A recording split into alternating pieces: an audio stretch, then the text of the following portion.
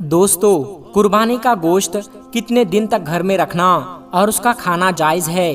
कुर्बानी का गोश्त कितने दिन के बाद खाना हराम है? यह सवाल बहुत सारे मुसलमानों के जहन में आता है, क्योंकि इस हवाले से बहुत से लोगों के बहुत से मुख्तलिफ नज़रियात सुनने को मिलते रहते हैं।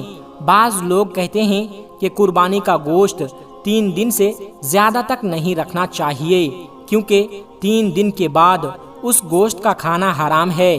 कुछ लोगों का कहना है कि कुर्बानी का गोश्त इस महीने में यानी जिलहिज के महीने में ही ख़त्म कर देना चाहिए और उसके बाद उस गोश्त का खाना हराम है। बाज़ लोग कहते हैं कि मुहर्रम के महीने में कुर्बानी का गोश्त नहीं खाना चाहिए। इस वीडियो में हम अहादीस मुबारका की रोशनी में ये जानेंगे कि कुर्बानी के गोश्त को हम कितने दिन तक घरों में रख सकते हैं और इस्तेमाल कर सकते हैं। लिहाजा ये मालूमात हासिल करने के लिए इस वीडियो को आखिर तक ज़रूर देखिएगा। अल्लाह तबारक व तआला ने अपने फजल व करम से हमें जो नियामतें अता फरमाई हैं, उनमें से एक बड़ी नियामत हलाल गोश्त भी है। गोश्त एक ऐसी नियामत है जो जन्नत में भी दस्तयाब होगी। चुनांचे अहले जन्नत के बारे में फरमाने बारी ताला है और हमने उनकी मदद फरमाई मेवे और गोश्त से जो चाहें। जान लीजिए कि सरकार मदीना सल्लल्लाहु अलैहि वसल्लम का पसंदीदा खाना गोश्त था। प्यारे आका सल्लल्लाहु अलैहि वसल्लम ने मुर्गी का गोश्त भी तनावल फरमाया है। गोश्त दुनिया व आखिरत वालों के खानों का सरदार है। जान लीजिए कि मुर्गी और मछली के गोश्त को व्हाइट मीट, जबकि चौपायों के गोश्त को रेड मीट कहा जाता है। गोश्त में आयरन, प्रोटीन और विटामिन बी, कैल्शियम वगैरह मुख्तलिफ अज्जा शामिल होते हैं जो जिस्म इंसान के लिए मुफीद हैं। हमेशा ये बात जहन में रखें कि मुनासिब मिकदार में गोश्त खाना इंसानी सेहत के लिए फ़ायदेमंद है, लेकिन इसका हद से ज़्यादा खाना नुकसानदेह भी साबित हो सकता है। व्हाइट मीट की निस्बत रेड मीट में चिकनाहट और प्रोटीन की मिकदार ज़्यादा होती है। एक तिब्बी तहकीक के मुताबिक रेड मीट का ज़रूरत से ज़्यादा खाना कैंसर, दिल के अमराज, डायबिटीज़, जिगर और मैदे के अमराज का सबब बन सकता है। नीज जो लोग पहले से इन अमराज का शिकार हों, उनकी तकलीफ में इजाफा हो सकता है। गोश्त ज्यादा खाने से मैदे में तकलीफ, डायरिया या कब्ज वगैरह के मसाइल भी लाहिक हो सकते हैं। एक जदीद तहकीक के मुताबिक गोश्त खोरी की कसरत निसियान का सबब भी बन सकती है। जिसका कोलेस्टेरोल या यूरिक एसिड बढ़ा हुआ हो वो गोश्त ना खाए। दोस्तों, आइए अब जानते हैं कि बकरीद के मौके पर सुर्ख गोश्त का इस्तेमाल कितने अरसे तक फ़ायदेमंद है और कब खाना हराम है।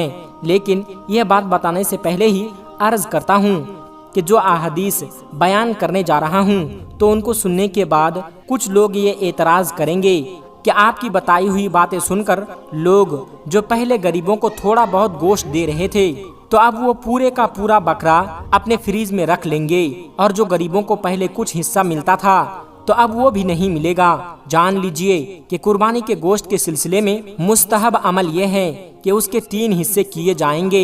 एक हिस्सा गरीबों में बांट दिया जाए, एक हिस्सा रिश्तेदारों में तकसीम किया जाए और एक हिस्सा अपने पास रखें। और यह अमल मुस्तहब है, यानी पसंदीदा और बेहतरीन अमल है, ताकि वह लोग जो कुर्बानी की इस्तिताअत नहीं रखते उनको भी खाने के लिए गोश्त मिल सके।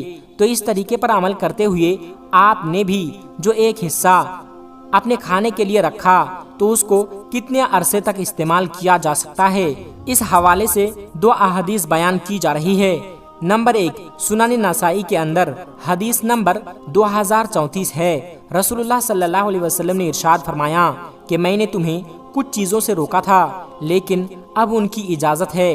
नंबर 1 कब्रों की ज़ियारत से रोका था, अब इजाज़त है। नंबर 2 इस तरह मैंने तुम्हें 3 दिन से ज़्यादा कुर्बानी का गोश्त अपने पास रखने से मना किया था, लेकिन अब इजाज़त है।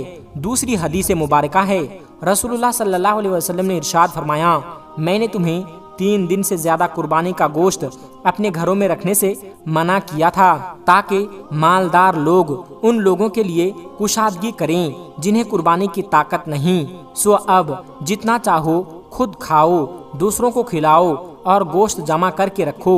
दोस्तों, ये 2 अहादीस जो कि सही अहादीस हैं, تو ان سے یہ معلوم ہوتا ہے کہ قربانی کے گوشت کو جب تک چاہیں رکھ سکتے ہیں، اس کو سکھا کر رکھیں، اسٹور کریں، فریز کریں اور جب تک چاہیں اس کو استعمال کر سکتے ہیں۔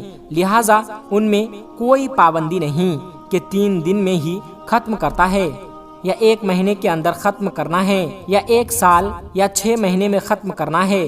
لہٰذا جب تک آپ چاہیں اس کو استعمال میں لا سکتے ہیں، اور اس سلسلے میں اسلامی تعلیمات کے اندر کوئی بھی پابندی نہیں ہے۔ اب یہ بات بھی جان لیجئے کہ کچھ لوگ یہ بات کہتے ہیں کہ زوال کے بعد جو محرم کا مہینہ آتا ہے اس میں قربانی کا گوشت کھانا حرام ہے اور درست نہیں ہے، لہٰذا یہ بات بھی بالکل غلط ہے۔ اوپر بیان کی گئی احادیث سے یہ بات ثابت ہے کہ قربانی کا گوشت جب تک چاہیں رکھ سکتے ہیں، شرعاً اس میں کوئی قباحت اور ممانعت نہیں، لیکن گوشت کے استعمال میں جس قدر بے احتیاطی عید قربان کے ایام میں کی جاتی ہے اتنی شاید پورے سال میں نہیں کی جاتی۔ بعض لوگ تو عید کے دنوں میں ناشتہ، ظہرانہ اور عشائیہ، رات کا کھانا تینوں ہی گوشت پر بنے غذاؤں سے کرتے ہیں۔ نتیجہ یہ ہے کہ لوگوں کی ایک بڑی تعداد معدے کی خرابی، بد ہضمی اور پیٹ سے متعلقہ دیگر امراض کا شکار ہو جاتی ہے۔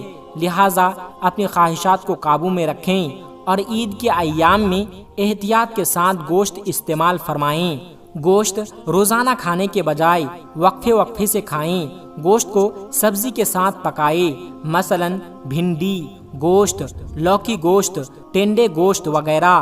اس سے گوشت کے مضر اثرات دور ہوں گے۔ گوشت اچھی طرح پکائیں اور اس کے ساتھ شملہ مرچ، ٹماٹر اور پیاز وغیرہ کا استعمال اس کے نقصانات کم کرنے میں معاون ہیں۔ اگرچہ گوشت کو لمبے عرصے تک فریز کیا جا سکتا ہے، لیکن بہتر یہ ہے کہ بہت زیادہ عرصے تک نہ رکھا جائے، کیونکہ جدید تحقیق کے مطابق ایسا کرنے سے بھی گوشت میں جراثیم اور مضر اثرات پیدا ہو جاتے ہیں جو بیماری کا سبب بن سکتے ہیں۔ اللہ تبارک و تعالیٰ سے دعا ہے کہ نیکی کی باتوں کو سننے، سمجھنے اور اس پر عمل کرنے کی توفیق عطا فرمائیں۔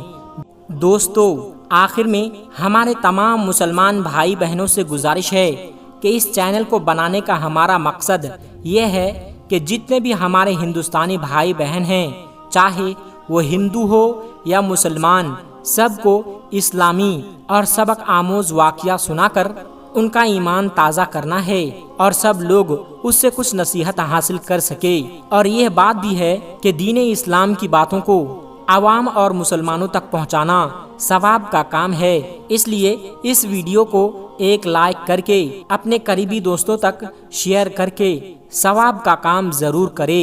دوستو، آج کی ویڈیو میں بس اتنا ہی۔ اگر آپ کو یہ ویڈیو ذرا بھی اچھی لگی ہو تو آپ ہمیں سپورٹ کرنے کے لیے چینل کو سبسکرائب ضرور کر لیجئے گا۔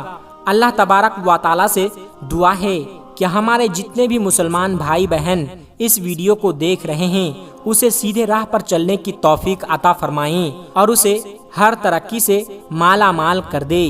آمین ثم آمین۔ آج کی ویڈیو میں بس اتنا ہی۔ ملتے ہیں ایک پھر نئی ویڈیو کے ساتھ، تب تک آپ اپنا اور اپنوں کا بہت زیادہ خیال رکھیے گا۔ السلام علیکم ورحمۃ اللہ وبرکاتہ۔